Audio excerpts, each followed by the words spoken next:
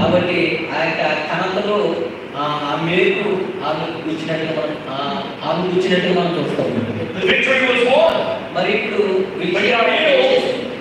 To the glory of her. మరి ఆమెకు మహిమ వచ్చింది. Deborah's prophecy came true. కాబట్టి ఆ విధంగా మరి ప్రవచనం నెరవేర్చబడ్డాడు. What about Samson? మరి సంవత్సరం గురించి మీరు చూడండి. He was used to defeat the Philistines. అతను కూడా ఫిలిష్తీయులను జయించాడు. And you remember, his strength came from not cutting his hair.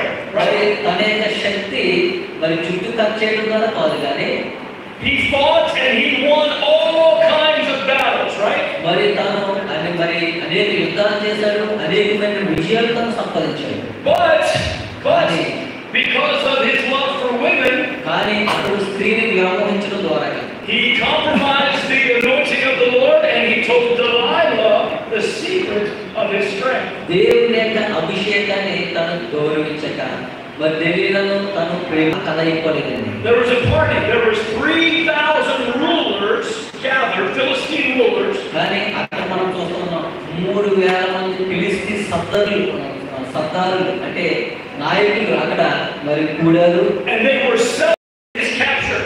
వారు ఇతన్ని పట్టుకున్నటువంటి విధానాన్ని బట్టి వారు సంతోషంతో పండుగ చేసుకుంటా ఉన్నారు. And Samson said, "Put me at the pillars so that I may rest and lean on them." మరి సంవత్సరం అంటున్నాడు కదా, ఆ యొక్క మూల స్తంభం దగ్గర తీసుకుని అక్కడ వాటి పట్టుకుని తీసుకుంటా అన్నాడు. And when he was there, he asked God one more time for his supernatural strength.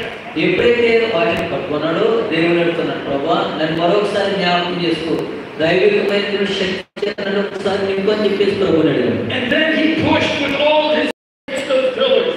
మరి అప్పుడు ఏం చేశాడంటే ఆ యొక్క 2 స్తంభాలను శక్తితో వాటిని నెట్టివేశాడు. And God granted his strength one more time, and the whole house came crashing down. దేవుడు మరొకసారి జ్ఞాపకం చేస్తున్నప్పుడు మరి ఆ యొక్క గుడంతా కూడా పడిపోయినట్టు మనం చూస్తా ఉన్నాం. And he killed everyone inside the house. అప్పుడున్నటువంటి ఆ యొక్క ఆలయంలో ప్రతి ఒక్కరు కూడా చనిపోయారు. In fact, the Bible says that in his death, in Samson's death, he killed more Philistines than when he was alive. మరి అతను బతుకున్నప్పుడు చెప్పిన వారి కంటే తన చివరి సమయంలో చెప్పినటువంటి వారు చాలా ఎక్కువ అని చెప్పేసి బైబిల్ చెప్తాం. And we read the story of Jephthah. మరి ఆ యుద్ధం గురించి మనం చూస్తూ ఉంటాం. The story of David. దావీదు గురించి మనం చూస్తూ ఉంటాం. You're familiar with the story of David, all his ups and downs in life. దావీదు గురించి మరి మనందరం కూడా తెలుసు కదా, అతను ఏ విధంగా ఎదిగేవాడు, పడిపోయేవాడు. He goes from a shepherd boy to killing the giant Goliath to king of Israel. అతడు మరి గొర్రెల కాపరిగా ఉంటా ఉన్న సమయంలో అతడు యోధుడైనటువంటి గొలియాతును జయించాడు. The Bible describes him as being a man after God's own heart. దావీదు గురించి దేవుని వాక్యం చెప్తోంది, దావీదు దేవుని హృదయానుసారుడని చెప్తోంది. We see the story of Samuel.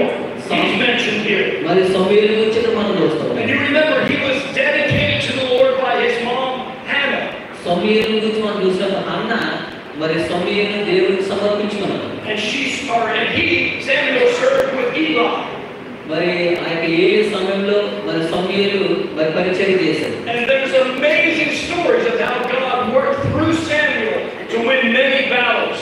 మరి సమూయేలు ద్వారా అనేకమైన యుద్ధాలను జయించడం దేవుడు ఏ విధంగా జరిగించాడో మనం చూస్తాం. In fact, Samuel anointed both David and Saul and David as kings over Israel. మరి సమూయేలు మరి సౌలుని అలాగే దావీదు రాజుని ఇశ్రాయేలుకు రాజుగా అభిషేకించాడు. And then there's a list of prophets, and we see Daniel, who God shut the mouths of the lions when he was thrown into the den. అలాగే కొంతమంది ప్రవక్తలు మనం చూస్తున్నాం. మరి దానియేలు మనం చూసినప్పుడు దానియేలు సింహపు నోళ్ళను మూయించాడు.